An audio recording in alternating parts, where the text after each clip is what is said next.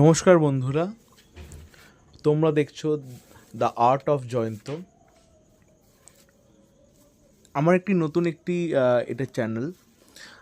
এখানে আমি আমার নিজস্ব কিছু কাজ, পেন্টিং, স্কাল্পচার বা আইডল, যা আমি আমি ছোটো ছোটো মিনিয়েচার বা অন্য অন্য বড়ো কিছু প্রতিমা রয়েছে যেগুলো আমি বানাই, তারই কিছু কিছু ছোটো ছোটো ভিডিওস আমি এখানে দিয়ে থাকি। তো আগামী অন্নপূর্ণা পূজা 2026-এ যে অনুষ্ঠিত হবে, তারই জন্য একটি মিনিয়েচার প্রতিমা আমি করছি। তারই খড়বাঁধার এখন কাজ চলছে। তো এইভাবেই শুরুটা হয়েছিল, আস্তে আস্তে অনেকটাই এগিয়েছে।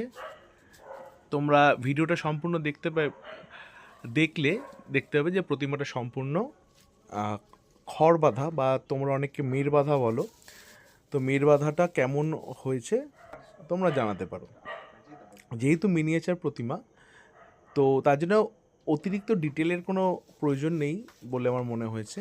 তো আমার কাজ করার জন্য যতটা প্রয়োজন ততটাই আমি ডিটেল করে আমি খড়টা বেঁধেছি। এরপরে আস্তে আস্তে খড় বাঁধার পরে এক মেটে হবে, তারপর দোমেটের কাজ, বাকি অন্য অন্য মাটির কাজ হলে রঙের কাজ শুরু হবে এবং সাজসজ্জা। আমি টুকরো টুকরো করে যেভাবে কাজ চলবে, তো আমি তার কিছু কিছু ভিডিও আমি এখানে আপলোড করব। তোমরা অবশ্যই দেখো এবং তোমাদের কেমন লাগলো সেটাকে অবশ্যই জানালে আমার খুব ভালো লাগবে।